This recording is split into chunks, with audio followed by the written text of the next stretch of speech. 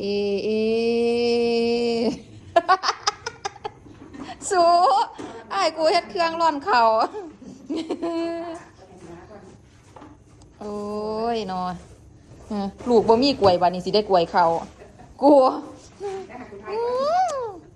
เอาแล้วแล้วอ้าวโอ้กูฮ้อนจนตับปีนก็บ่ออกนี่สูเอาโอ้ยเอาคืนนี้เอาคืนนี้กูก็ทักทายอะไรอย่างเงี้ยแหละตักเกิน เอามือกวาด